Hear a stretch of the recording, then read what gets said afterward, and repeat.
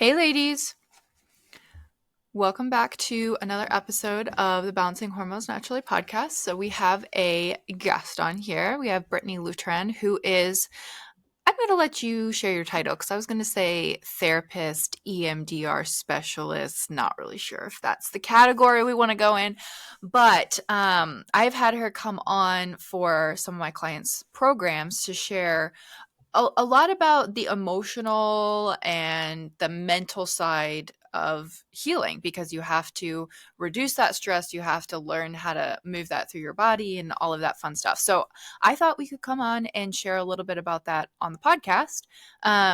So I would love, Brittany, if you can just share your actual title that I hopefully didn't butcher and a little bit about what got you in the field. I am going to put a quick disclaimer out there for everybody.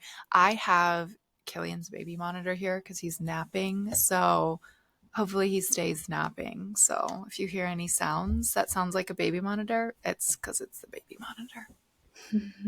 Hi, I'm Brittany. So I am a holistic psychotherapist. I'm actually a social worker. That is my degree. And I am trained in many different things. I started out being trained in cognitive behavioral therapy by the Beck Institute. So the Beck Institute is like the very known for cognitive behavioral therapy. And then throughout my training, I started to dive into EMDR. EMDR is called eye movement desensitization and reprocessing, and it is a really amazing type of therapy used for trauma. I got there because one of my mentors told me I should go do this training, see how it is. It was COVID, and at the time, it got canceled. So later on, I was like, all right, I'll find a different training. Found a different training later on, and I found a somatic and attachment EMDR training. So it's not just straight EMDR. It puts the somatic and the attachment component into it. So it's much more cohesive, and it's definitely a process. I also practice emotional freedom techniques, so EFT, dialectical behavioral therapy as well. Many different types of therapies that I've learned along the way to really heal others. I have a private practice. It's called Niyama Center. It's in Michigan. And I work with many different types of clients, all sorts of issues. And I have a variety of different practitioners on my team, as well as a yoga instructor to kind of heal the mind, the body all together through movement, through exercise, and through therapy. So that's a lot to unpack. Can we dive a little bit into just EFT tapping, and then I want to do a little bit more, mostly EMDR. But I feel like EFT tapping is something that everyone can kind of bring into their house very simply, to help with anything. I mean, I use that for stress, and it's one of the things I love using it for is calming my nervous system down when I'm driving and somebody's really stupid. And you're just like, dumb driver. I always will be like, okay, let's come back to center. So what is EFT tapping? Because I think I have a lot of people that are like, there's no way just tapping on different, pressure points on my body is going to do anything. And I think a lot of people try and do it one time and then write it off. They're like, oh, it didn't work. It didn't do anything. But I think it's something you definitely have to be, I don't know, give it at least a week of consistency. Yes. You might have to just take this out because I want to explain it through my EFT tapping explanation. Oh, you're fine. Or it'll come out weirdly. Okay. Are you ready? Mm-hmm. Okay, so tapping is a powerful stress relief technique. Tapping is based on the principles of ancient Chinese acupressure and modern psychology. So it's kind of like acupuncture, but you're not actually putting the needles into you. You're actually tapping on the meridian points. We have meridian points tons and tons in our hands and in our feet. If you Google meridian points, you're going to find tons that are all connected to somewhere in our body. So studies have shown that tapping actually decreases the cortisol in our body. That is because, stress is linked to anxiety and weight gain and depression, lack of motivation. So tapping is proven to reduce the stress, lower the cortisol, and improve our sleep. Stress is also detrimental to your immune system because when you're stressed, your immune system's ability to fight off those antigens is reduced, and then you're more likely to get infections, and tapping just kind of lowers that stress, turns your immune system to actually do the work. So how does it work? The basic tapping technique requires you to focus on a negative emotion at hand and then tap on the different points. I teach all different types of tapping. I Mm-hmm. teach the basic tapping that you'll find with the head, the inner eye, the outer eye, under the nose, chin, chest. And I also teach heart center tapping. Heart center tapping is, I think, much more powerful because you're actually focusing on the issue, you're rating the worry, and then you're going in and you're saying it over and over again while you're breathing. And then we change it. We change the narrative. And every single time the narrative changes with tapping, you start to feel better and your anxiety and stress start to reduce. Mm-hmm. So we have taken, when you've come on for programs, we've taken clients through heart centered, and it is always one of those things where everyone's scared to volunteer. Like nobody wants to bring up a topic, and there are tears shed, not because like they're scared, but because they actually are working through something on the call. And every single person who, volunteers, I mean, you can hear the change in their voice from when they start the session versus when they end the session. Like you can hear it in their voice, and everybody comments on it. They're like, we literally could just hear the stress and the tension and the like emotions just kind of just get out of your voice, and you were so calm by the end. So, it really works. I mean, you just got to give it a chance. Everyone's like, that's too simple. I'm not going to do it. Like, just try it. It's easy.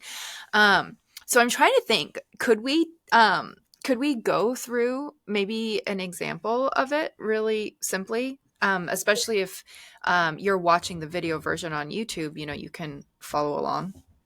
Yeah, most definitely. I think that the heart center tapping is much more effective than the Okay. regular tapping because there's so many tapping points, and sometimes you just can't remember all of them. Where Hmm. heart tapping is just very, very simple and easy. So let's go through it. Okay. You might have to cut this out because I want to look at the PDF so I can, even though like I haven't memorized, I just, for some reason, The stress gets to you. I'm stressed. I don't want to see it. Okay, so Leah, what is an issue that you're dealing with today that we should focus on?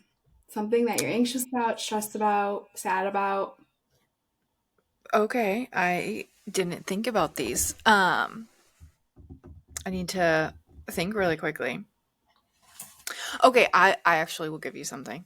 Um, so we have our kids in swim class, and I am telling you, like, I hate taking them to swim class.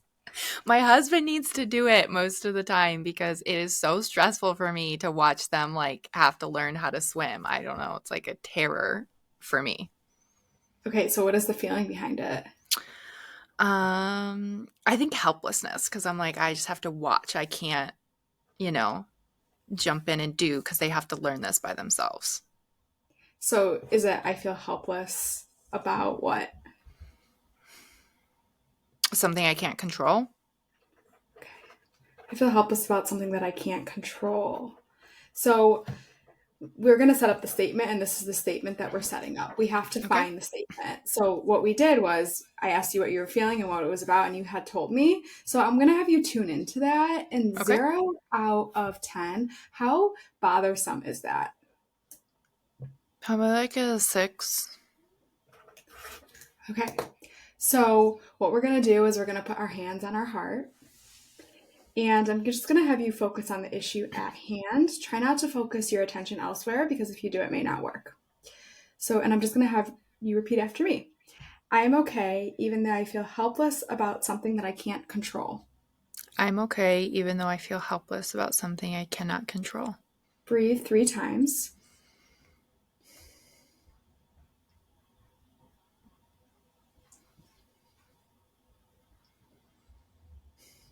Switch hands. If you're watching YouTube, you can see how this is done. I'm okay even though I feel helpless about something that I can't control. I'm okay even though I feel helpless about something I cannot control. Breathe 3 times.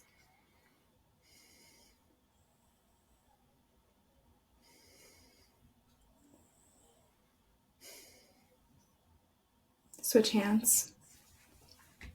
I'm okay even though I feel helpless about something that I can't control.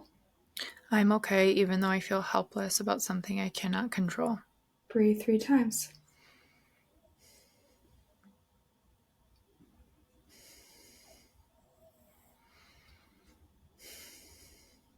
Okay, now I'm going to have you open your eyes. What are you thinking, feeling, or noticing now? Your thought should switch. It should become more positive. Mostly it's okay. It's still a little scary, but it's okay. Like, it's process. They're learning. I have to put my trust in the instructor. I don't have to control the situation. So I guess the emotion would be more hopeful. I'm okay and I'm feeling hopeful. Yeah. Okay, let's do that. I'm Okay. okay and I'm feeling hopeful. I'm okay and I'm feeling hopeful. Breathe 3 times.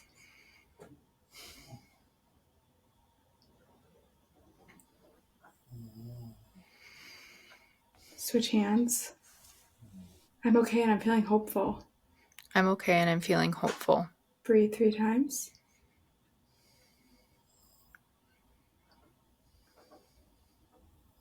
Switch hands. I'm okay and I'm feeling hopeful. I'm okay and I'm feeling hopeful. Breathe 3 times.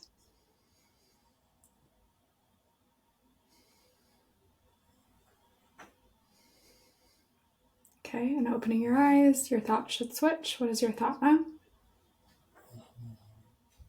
Calm? That's not really a thought, though. I'm just not anxious about it. That's fine. I'm okay and I feel calm. I'm okay and I feel calm. Breathe 3 times.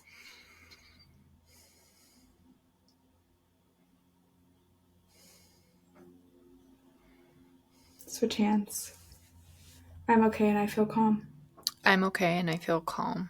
Breathe 3 times.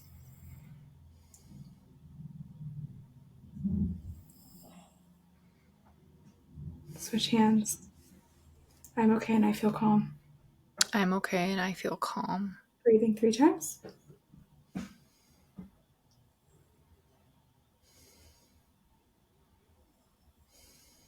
Okay, we're going to pause. We're going to open your eyes. Now let's tune into your first statement. I feel helpless about something that I can't control. And as you tune in, 0 out of 10, what is your number now? Probably a 3. So there's still some stuff there. Do you want to go through the stuff that's still there? Or did we lower it enough? I think we lowered it enough for now. Mostly just because I don't feel so nervous about it. Cool. Well, do you see how that worked so Yeah. well? You went down 3 points within the last 2-3 minutes. I know. And it's like, I know 3 points doesn't seem like a lot, but like, that's a lot. I kind of want to go back and listen now and see how much more chill I sounded by the end because my body feels much more chill.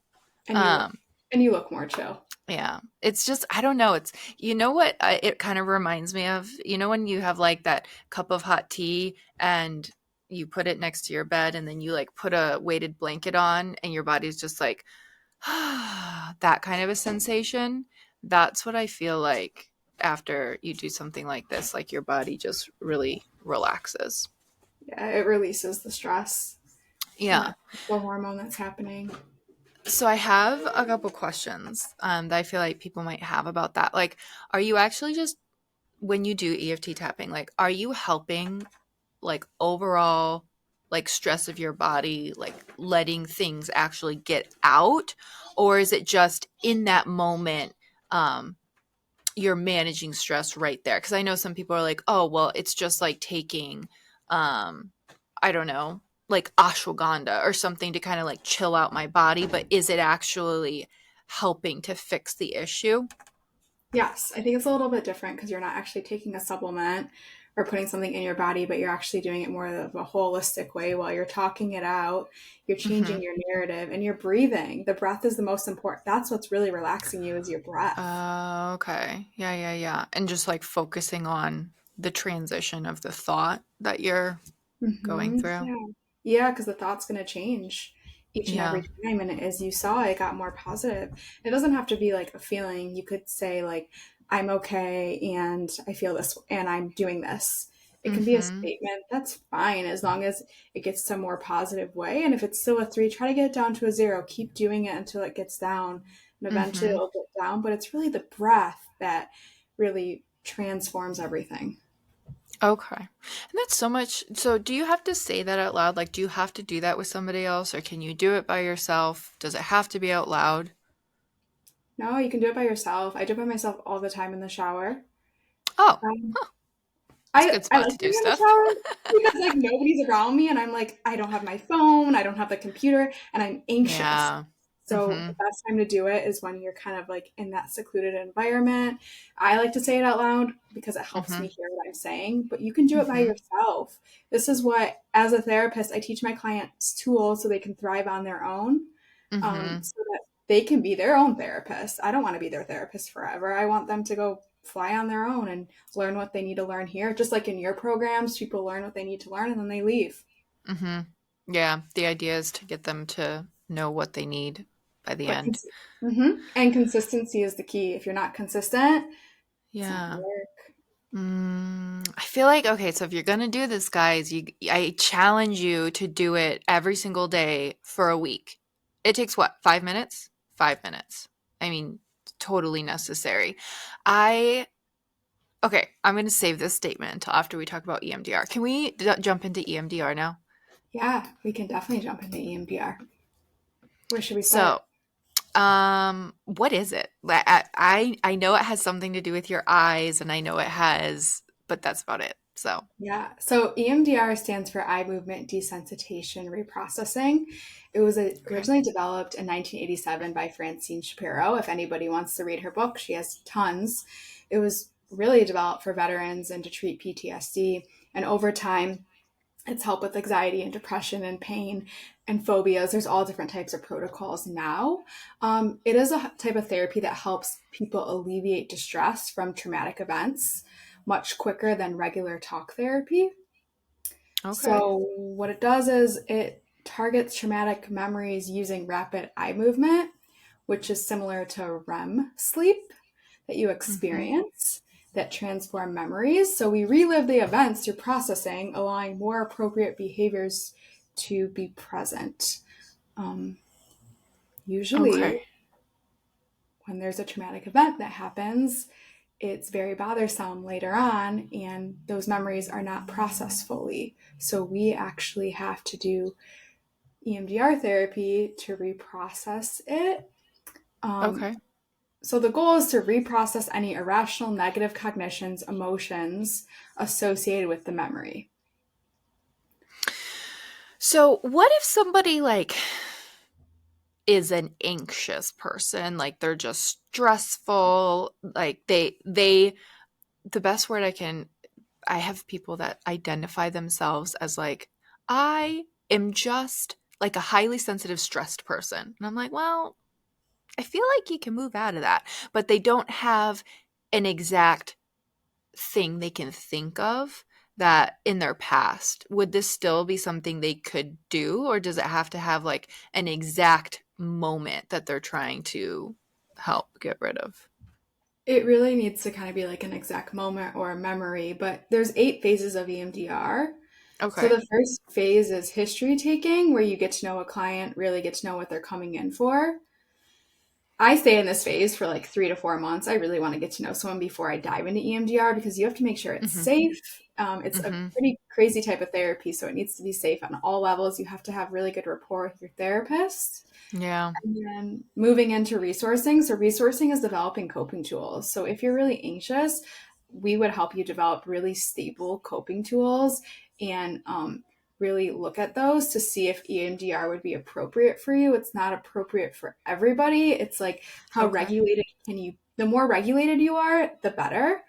But sometimes, a lot of times when people come for EMDR, there's a lot of dissociation that's happening where they're kind of living in la la land, living out of their body, not really in touch with their emotions and their self. And sometimes not everybody's the right candidate for it if there's a high level of dissociation. And we would check that by doing a dissociation scale. Didn't even know about that. Okay. What are the other stages? So you said there was 8. Yes. So phase 1 is a history. Phase 2 is resources. Phase 3 is the EMDR timeline. So basically one second, you might have to cut this out. You're fine. I'll mark it. I want to take out my binder because I don't know why I wrote all this crap out, and I really like to explain it through my binder.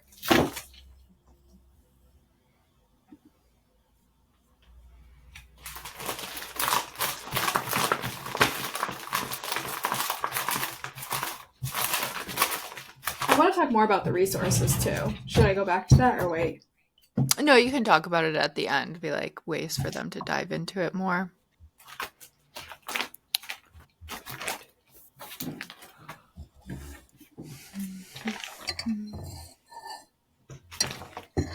Okay. Let me mark it. Wait 1 second.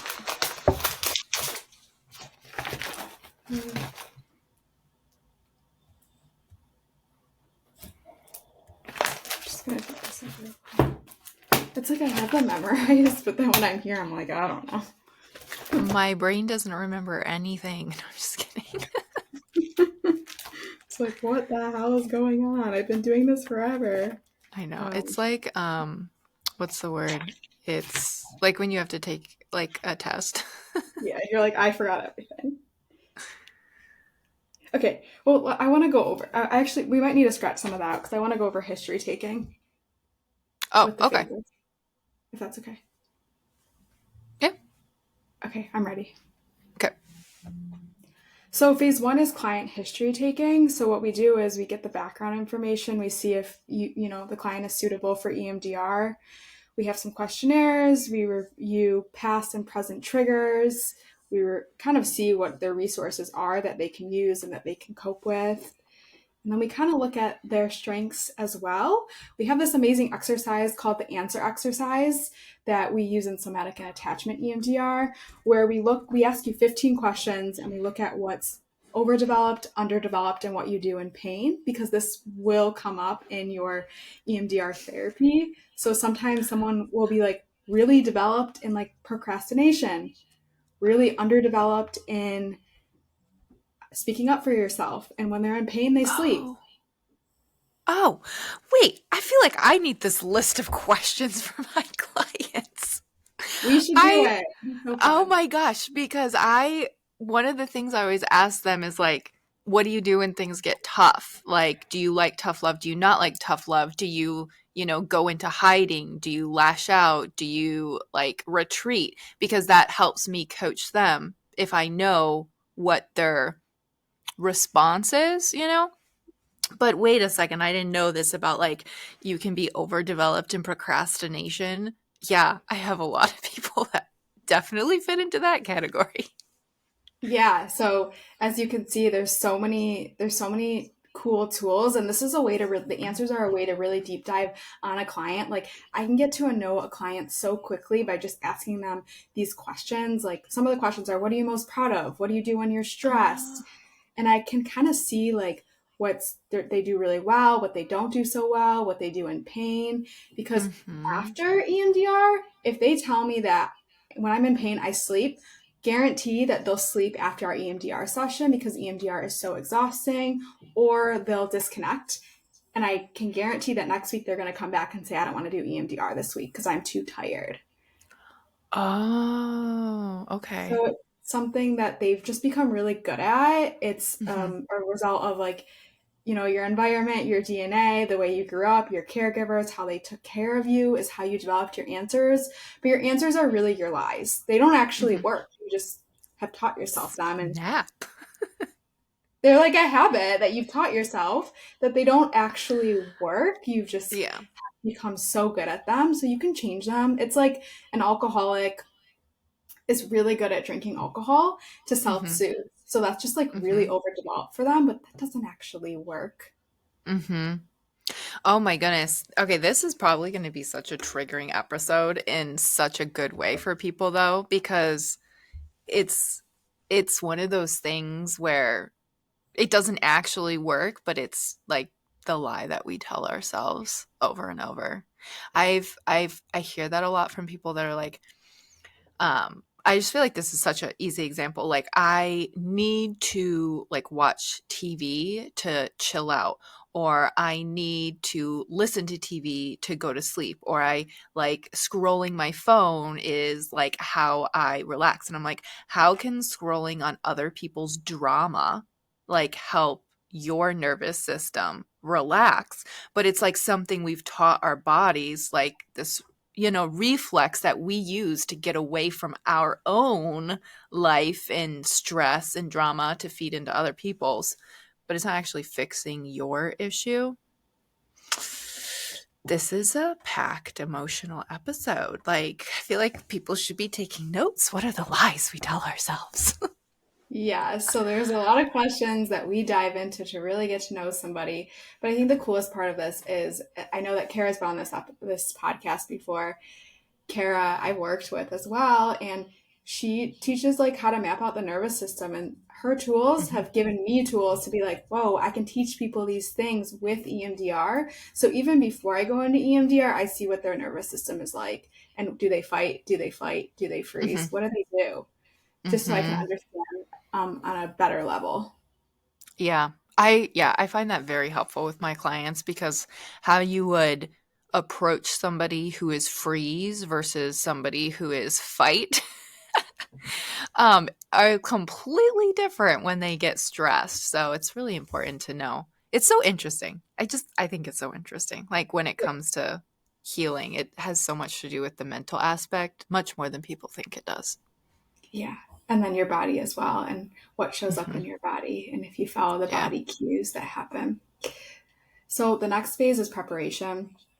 So this is kind of when we're preparing a client, we're teaching client resources. There's all sort of resources that we teach. You may think of just like coping tools like EFT Hmm. tapping. Yeah, that's something that I teach. But I also teach this amazing thing called the calm and safe place, where I take someone Yeah. through really like a visualization and a meditation to develop their safe place, a place that they've never been before. And then we do some tapping with it so I can show them what it's like when you will be processing. That's something that they can actually go to between sessions because you're going to feel dysregulated between sessions. Because in EMDR, you're going to have flashbacks and other memories that come up because we're literally unlocking a box of all the other stuff that you've dealt with in your life. So you're going to need some regulation in between sessions. Yeah. That's so true. You did that safe place for my clients. I got messages about it. They were like, that was so helpful. Yeah, there's also like the container where we put a feeling in a container. Um, there's like some other like techniques where you like imagine like a light and it dissolving. Really cool visualizations, imagery, meditations, somatic tools that we teach someone to regulate. And I'll sit there for a while with them just to teaching them these skills that they've never learned before. Um, the idea is the window of tolerance. I want people in their window. I don't want people outside Hmm. of their window because as soon as you kind of get outside of your window, think of, I don't know, a window. Think of your house. Like you may Hmm. feel really good in your house because like you're familiar with all the stuff around you, but as soon as you walk outside, the world is like chaotic Hmm. sometimes. You don't know what's going to happen. So I like to keep people in their window by practicing these tools, these meditations, these they're not really meditations, they're just like visualizations. They're Yeah. not spiritual by any means. They're just really tools to keep you in because when you're outside your window, you kind of fall off and you can dissociate really easily. And in EMDR, we want to put you on the edge of your window so that your one foot's in the past, one foot's in the present. Hmm. I just want to touch on that really quick because I feel like as soon as people hear, oh, I have to do a meditation or a visualization or whatever, they immediately are like, oh, that's just like woo woo stuff in my brain. And it's like, no, because when you visualize something like, this may be incorrect. This is how I see this in my mind. So you can correct me if I'm wrong. But that manifests itself in your body. So, like, let's say you're thinking of doing an event and you get really nervous about it, and maybe you get shortness of breath and you start sweating. And then all of a sudden your body's like, well, what if I forget all my words? And what if I trip on the stage? And all of a sudden your brain has like made that event that you have to do extremely stressful. You've already mapped out that it's going to be horrible. You're going to mess up, all of these things. So instead, like, when you visualize it, like, you're literally mapping out in your mind, you're walking your body through a different outcome, and like that it's calming for your nervous system, that has a positive outcome, because that shows up in your body, and your subconscious will navigates that, because your brain, like, can only hold on to so many things at one time. Like, I always use that example of the darn yellow car. Like, I don't even know if yellow Toyotas exist. They probably don't. But you may have never seen one. But now that I talked about it, you're going to be like, yellow car. You're going to see them all the time while you're driving, because I brought that to the forefront. Is that the prefrontal cortex? I think that's the word I'm looking for. I was just going to explain that. This is my little, if Okay, you're able to. perfect. There we go. This is my visual. So I'm going to take this down. But at the top of your brain, you have the prefrontal cortex, and it automatically will shut down when you're in danger, which will go to your limbic system. Your limbic system is like the middle part of your brain where you have memories stored. And then there's this thing called the amygdala. And the amygdala is that fire alarm that goes off. And when Yeah. the fire alarm goes off, it goes, uh-oh, I'm in danger. So you do your fight, flight, whatever you do when you're in danger. And your amygdala doesn't know the difference between real and perceived danger. So that fire alarm going off at school when you were 7 years old, that was like dangerous to your amygdala, because your amygdala was like, uh-oh, there's a fire. I better Mm-hmm. run, or I better do Mm-hmm. something. So it activates that, and then it leads to your brainstem. And your brainstem basically goes, uh-oh, I am going to have really racing thoughts. I'm gonna sweat. I'm gonna Mm-hmm. puke. I'm gonna do whatever it is to keep my body safe from Yeah. this danger that's happening. Yeah. I so But this is just a th- you can tell your brain that this is just a right. memory, and it That's what I will was gonna actually say. calm it down. Yeah, because and this is something I don't know if we talked about this on the episode with Kara, or we just recently talked about it on one of our sessions, but when you have a lot of stress about something coming up and you're like, I don't know why I'm stressed about this. I don't get it. Like, I've done this before. Logically, it makes sense. It's typically because your body is associating it with a memory. You just have to find the memory and basically, I don't know, tell your body, like, it's safe. Like, that's just a memory. That's not what's going on now. But I don't know. This is like so interesting to me, because I find with so many of my clients that unless we address the emotional, like, there are some clients that it's so deep emotionally that we have to address that before they can physically see certain results. Because it's like, I cannot get your cortisol pattern regulated if you're constantly like living in fight or flight. I can't supplement you out of that. Exactly. And sometimes, even we teach these resources, but then we actually have to go in through EMDR to really heal it. I'll give you an Mm-hmm. example. My fire alarm went off for like 3 hours straight because I left something on the stove by accident. It was bad. I walked in, there was so much smoke. I was freaking out, and I literally couldn't leave my house because I was so scared that I was going to do it again. So I went through my own EMDR therapy to heal it, because I couldn't live my life like that, and I couldn't get over it. And I was able to heal it through reprocessing the memory because it was so unprocessed and it was Mm-hmm. so quick that it happened.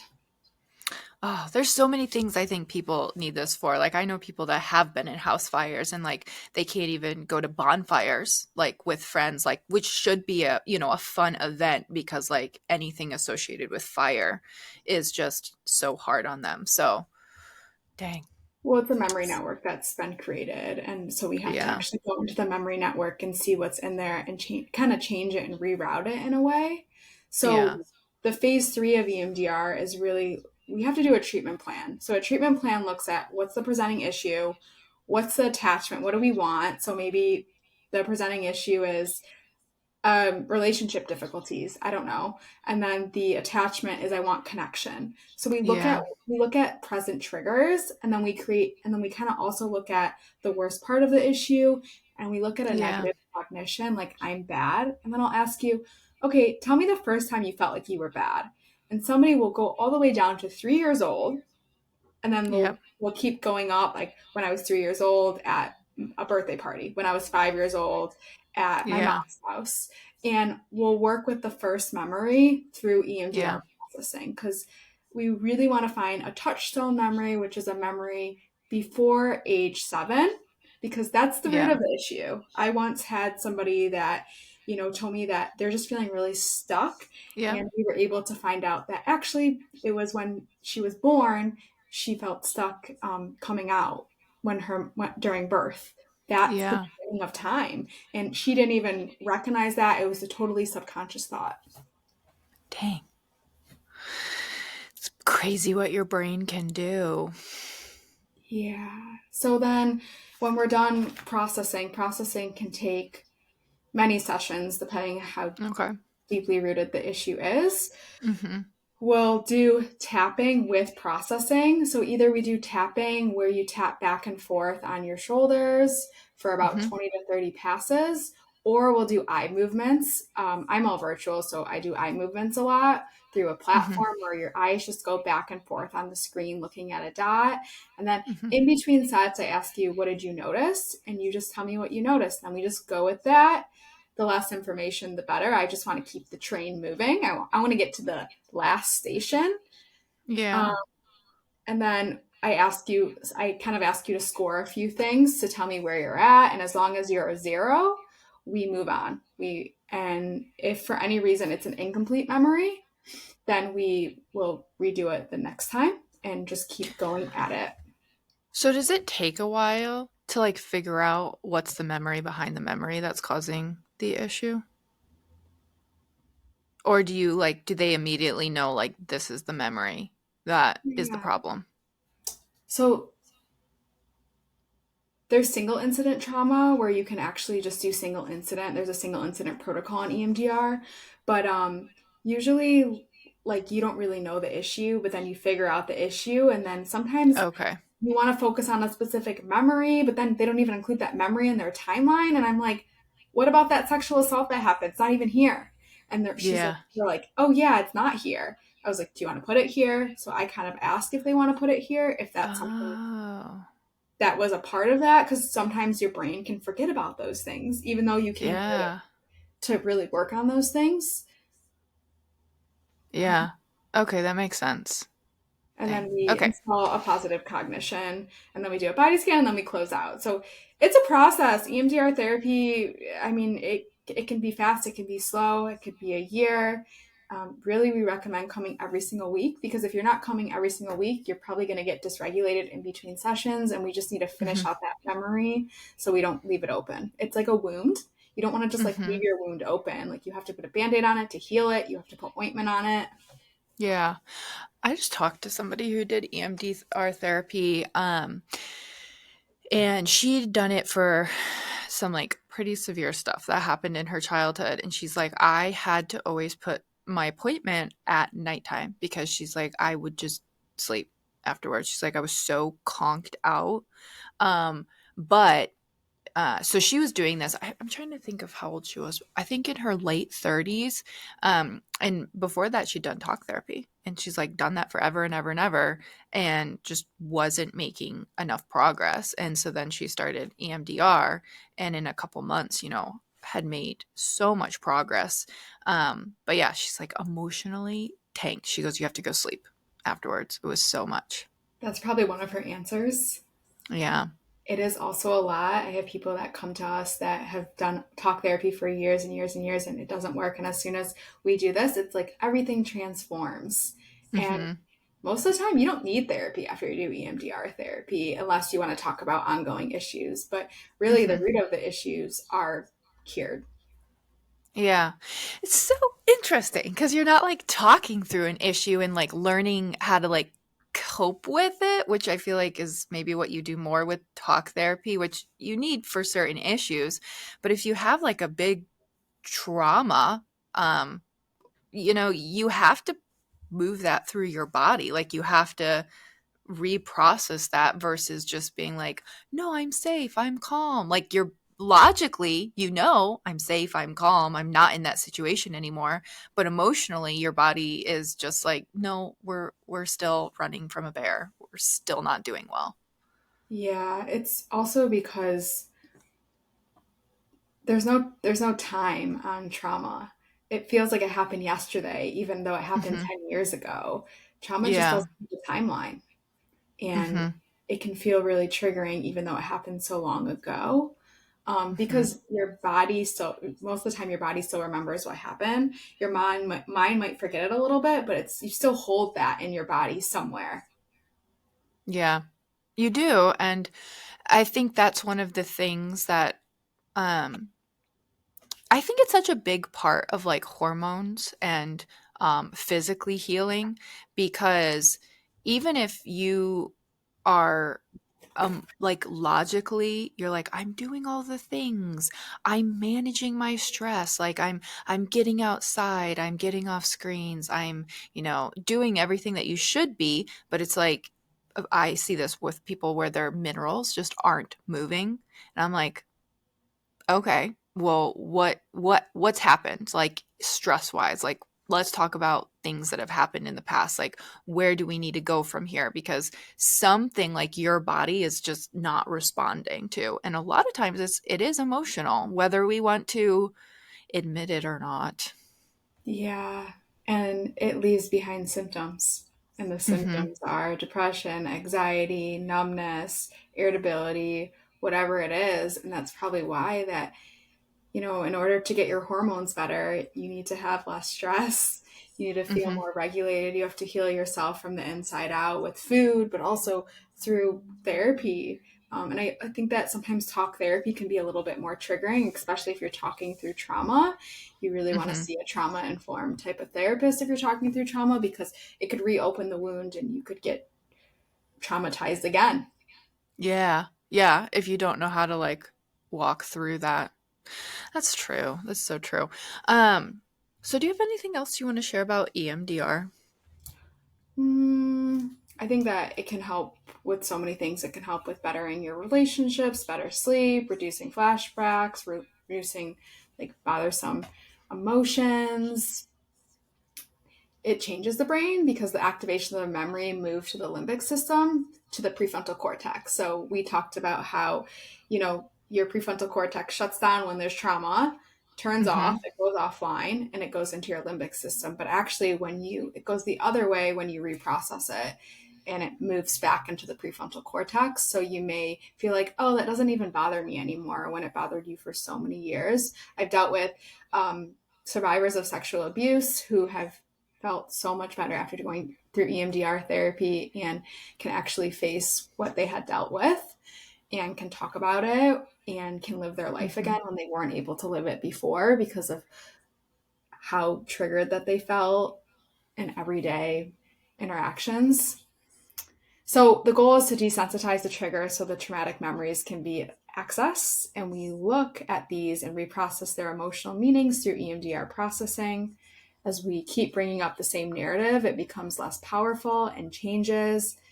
Painful life events get locked away with feelings and thoughts that may be untrue. So if we pull all these events out from the locked place, work on them, then the present narrative can change. And the goal is to be free of the symptoms and limitations. Hmm. That's cool. And then I just little think it's letter of such a stimulation. Sorry, go on. There's a what? I wanted to talk about the bilateral stimulation Okay, component. yeah. Which is part of EMDR? Yes. Okay. So, sorry, I cut you off. You might have to go No, through. you're fine. I was just going to say it's cool. Um, okay, do you want me to start again? Yeah. So we have two brains, the emotional brain and the logical brain. So we use bilateral stimulation, which is tapping or the eye movements going back and forth. So basically, we're moving both sides of the brain. So we use visual, audio, or tactile bilateral stimulation. And if you were in person, you would use a light bar or tappers or buzzards, or you could tap on your body. Virtually, we just have a platform where you can go back and forth with your eyes, or you can tap back and Okay. forth. So how it works is you cross your arms and it integrates both brains, the emotional and logical brain, to work together when you tap back and forth. Sounds crazy, but it works. So I will have a client bring up a memory and then we'll use bilateral stimulation for about 20 to 30 seconds. And then I'll have them pause and ask them, where did you go? What happened? And no matter what they say, I'll say, go with that. Usually we want to stay as close to the memory as possible, but sometimes you kind of venture off in another memory. That's Mm-hmm. okay. I just bring you back. And, other forms of therapy focus on thoughts and emotions that result from trauma, but EMDR focuses on the memory itself and challenges any negative beliefs that stem from it. It is designed to change the way the brain stores traumatic memories. So basically, the repetition of going over the memory so many times allows it to take away the power and the memory that the memory holds and helps you move forward. Does that have any connection with like when people say they're more right or left brained, like they're more logical versus like creative or emotional, or is that something completely different? I think that might be something different, Okay. but in a way similar. Yeah. I don't, that's where I've heard of right and left brain before, so I was just curious. So, I have a question. What if it's not necessarily like an event that happened to you, but let's say someone got a diagnosis, um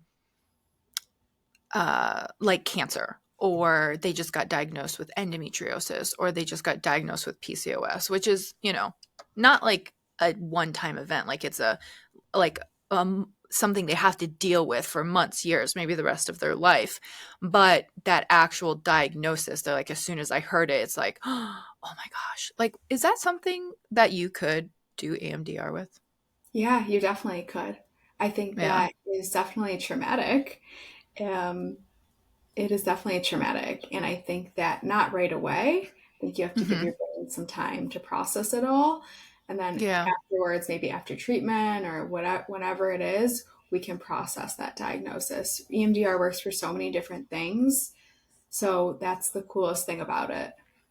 Yeah. No, I'm curious because I hear that from people all the time. Like, when I got that diagnosis of PCOS, I immediately was just like, oh, I'm never going to have kids. Like they start taking on that identity of whatever that moment was when that doctor told them XYZ. So I thought that would be interesting. Yeah, it's really difficult. And I definitely think that it can be processed. I think really anything can be processed. If it's bothering you, then let's go in and process it and see what's there because I'm sure there's more information there that we just don't Hmm. have access to without actually processing it using both sides of our brain. Because really, right now, like we're using one side of our brain. I'm not using both of my sides of my brain at this time. Hmm. Yeah. Oh, this is very interesting. So, um, as we wrap up here, I know that you're based in Michigan, and I'll put that down below. But can you ever do anything like EMDR like with people outside of Michigan or no? Yeah, we offer coaching. Okay. Okay. So if people are like outside of Michigan and they want to do that, you can um I guess probably just contact you through what I put in the show notes. Yeah, contact us through our website. We'll get you set up Okay. and started. Sometimes we do have wait lists, but if we Yeah. put you on the wait list, we'll get you off as soon as possible. Um, the neat thing about EMDR is it doesn't always take that long. Mm-hmm. Usually people can heal in about 6 to 8 months and be done with it, depending on how many memories they have that they want to process and what the current issue is. Yeah. And so if someone was also just going to look around, depending on what they're wanting, if they need to find someone trauma certified, right? They don't want to just be like, oh, let me just find someone that does EMDR or whatever. Like if they're working through traumas, they want to have someone trauma certified, right? Yes, most definitely. Yeah. Don't cause more damage, you guys. It's not a good idea. But EMDR is so cool that I always recommend EMDR. You can go to straight talk therapy, but I think that there's something about EMDR that just changes the whole narrative. And out of, the years that I've been practicing and the types of therapies that I've been through myself, EMDR was really the only thing that really changed everything for me. Mm-hmm. Mm. So cool. All right. Do you have any last words of wisdom that you want to share? Healing is a journey and it takes time. And be really patient with yourself and loving, and know that there's help out there for you. And it may not be that first therapist, but there's somebody out there that will be the right match to help you. Mm-hmm. So Yeah. take time, and if you need help, get the help. We're here to help you, and we're here to support you, and we're non-judgmental. And therapy is a confidential space. We cannot Mm-hmm. talk about your case outside of session. Yeah. Yeah. Definitely get help if you need it. Thank you so much for hopping on. Thanks for having me.